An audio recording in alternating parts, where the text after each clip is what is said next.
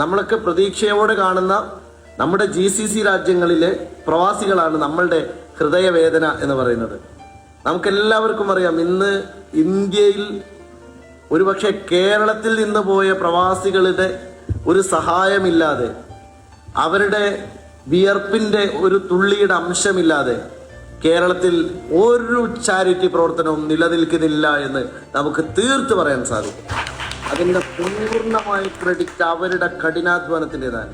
നമ്മുടെ KMCCയുടെ നേതാക്കന്മാരെ ഒട്ടുമിക്ക ആളുകളെയും ഞാൻ ഇന്നലെ രാത്രി വിളിച്ചു. എല്ലാവർക്കും, പ്രത്യേകിച്ച് ബഹ്റൈനിൽ ആദ്യം സ്ഫോടനം നടന്നു. അവിടെ പ്രിയപ്പെട്ട ഹബീബിനായിട്ട് ഞാൻ സംസാരിച്ചു. അവിടെ വലിയ ആശങ്ക നിൽക്കുകയാണ്. നമ്മളുടെ പ്രിയപ്പെട്ട ഖത്തറിലെ നമ്മളുടെ ഭാരവാഹികളായിട്ട് സംസാരിച്ചു. അവിടെയൊക്കെ വലിയ സ്ഫോടനത്തിന്റെ ശബ്ദം, പ്രശ്നങ്ങൾ, പ്രയാസങ്ങൾ, ഇതൊക്കെ അള്ളാഹു പരിഹരിച്ചു കൊടുക്കട്ടെ. കാരണം അവരൊക്കെ ഈ ഒരു റമദാൻ മാസം നമുക്ക് വേണ്ടി പ്രവർത്തിക്കാൻ നിൽക്കുന്ന സമയമാണ്, അല്ലെ? സത്യം പറഞ്ഞാൽ ഈ റമദാൻ മാസത്തിന്റെ പ്രത്യേകത എന്ന് പറയുന്നത് നമ്മുടെ അലി സാഹിബ് ഇവിടെ ഉണ്ട്. നമ്മളെ KMCCയുടെ എല്ലാ പ്രവർത്തകരുടെയും ഒരൊറ്റ അജണ്ടയാണ് റമദാൻ. അവർ പൂർണ്ണമായിട്ടും നാട്ടിലെ ചാരിറ്റിക്ക് വേണ്ടി. നമ്മളിപ്പോൾ ഇതാ CS സെന്ററിന്റെ വലിയ പ്രവർത്തനങ്ങൾ നടത്തുകയാണ്. നമ്മൾ ഒരുപാട് കാര്യങ്ങൾ ചെയ്തു. നിങ്ങൾക്ക് അതിന്റെ വളണ്ടിയേഴ്സാണ് ഇവിടെ ഇരിക്കുന്ന പല ആളുകളും. നമ്മൾ ആ കാര്യങ്ങളെല്ലാം ചെയ്ത് നിർവഹിച്ച് നമ്മളെ നാട്ടിൽ നിന്ന് സമാഹരിക്കുന്ന തുകയ്ക്കൊരു പരിധിയുണ്ട്. എന്നാൽ യാതൊരു പരിധിയുമില്ലാതെ ഇൻഫിനിറ്റ് സപ്പോർട്ട് എന്ന് പറയാൻ പറ്റുന്ന ഒരു പിന്തുണ നൽകിക്കൊണ്ടിരിക്കുന്നത് പ്രവാസികളാണ്. ഇപ്പൊ നമ്മൾ ഈ സക്കയുടെ പേരിൽ നമ്മൾ ടവർ അവിടെ ഉദ്ഘാടനം ചെയ്തു.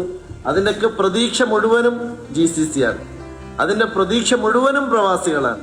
നമ്മളെ നാട്ടിൽ ഒരു ഇല അനങ്ങില്ല നമ്മളെ പ്രവാസികൾക്ക് എന്തെങ്കിലും സംഭവിച്ചാൽ. അതുകൊണ്ട് നമ്മളൊക്കെ പ്രാർത്ഥനകളിൽ ഉൾപ്പെടുത്തുക. റഫയിലെ കുഞ്ഞുങ്ങളുടെ കരച്ചിൽ നമുക്കൊരു വേദനയായി പലസ്തീനിൽ ഇപ്പോഴും പൊള്ളുന്ന വേദനയായിട്ടുണ്ട്. ഇന്നലെ നിങ്ങളൊക്കെ ആ വീഡിയോ കാണുന്നുണ്ടാവും, അല്ലേ? നോക്കൂ നിങ്ങൾ, എത്ര കുട്ടികളെയാണ്, പിഞ്ചു കുട്ടികളെയാണ്. ഒരു ഗേൾസ് സ്കൂളിലാണ് ബോംബിട്ടത് ഇറാനിൽ. തകർന്ന് തരിപ്പണമായി പോയ കുഞ്ഞുങ്ങളുടെ മൃതദേഹങ്ങൾക്കിടയിലൂടെ ചോര വാർന്ന കുട്ടികളുടെ മുഖം നമ്മൾ കാണുകയാണ്. നോക്കൂ, നമ്മൾ എത്ര സുരക്ഷിതരാണ്. അള്ളാഹു പറയുന്ന ഒരു കാര്യമുണ്ട്.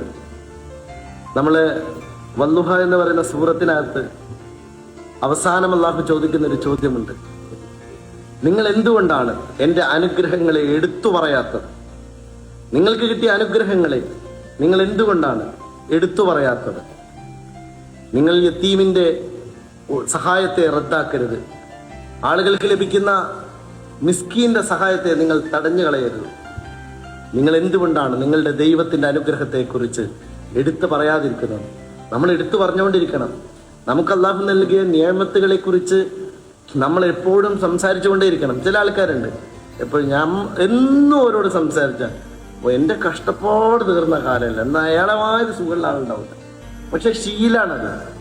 ഞാൻ എൻ്റെ സഹോദരങ്ങളോട് പറയാണ്, ജീവിതത്തിൽ കിട്ടിയതിനെ പറ്റി ഉഷാറായിട്ട് പറയാം. ഞങ്ങളൊക്കെ നല്ല ഹാപ്പിയാണെന്ന് പറയാം, സന്തോഷത്തോടെ ജീവിക്കാണെന്ന് പറയാം. ഡൊണാൾഡ് ട്രംപിനെ പോലെയുള്ള ഭ്രാന്തന്മാരുടെ കയ്യിലാണ് ഇന്ന് ലോകത്തിന്റെ രാഷ്ട്രീയത്തിന്റെ ചുക്കാൻ എന്ന് പറയുന്നത്. നെതന്യാഹുവിനെ പോലെയുള്ള ചോരക്കൊതിയന്മാരുടെ കയ്യിലാണ് ഇന്ന് ലോകരാഷ്ട്രങ്ങളുടെ ഡിസൈസീവായിട്ടുള്ള നിലപാടെടുക്കാനുള്ള ശക്തി എന്ന് പറയുന്നത്. അവർക്ക് ആയുധമുണ്ട്, സായുധ സേന ഉണ്ട്. പക്ഷെ അവർക്ക് ഒരിക്കലും അവർ മനസ്സിലാക്കുന്നില്ല ലോകത്ത് മനുഷ്യരെ കൊന്നൊടുക്കി തീർക്കാൻ കഴിയുമെന്ന്. നിങ്ങൾ നോക്കൂ, ഇറാനിലെ ആ കുട്ടികൾ, കുഞ്ഞു കുട്ടികൾ, സ്കൂളിൽ നിന്ന് ചിതറിത്തെറിച്ചു പോയ ആ പിഞ്ചു മക്കളുടെ ഓർമ്മകൾ നമ്മളെ നടുക്കുകയാണ്, വേദനിപ്പിക്കുകയാണ്. യുദ്ധമുണ്ടാക്കുന്ന ഏറ്റവും വലിയ ഭീഷണി എന്താണ്? അസ്ഥിരതയുണ്ടാകുകയാണ്. നമ്മുടെ ആളുകളൊക്കെ പുറത്തുനിന്ന് പോകരുതെന്നുള്ള അലാറം കേട്ട് ഭയചകിതരായി നിൽക്കുകയാണ്.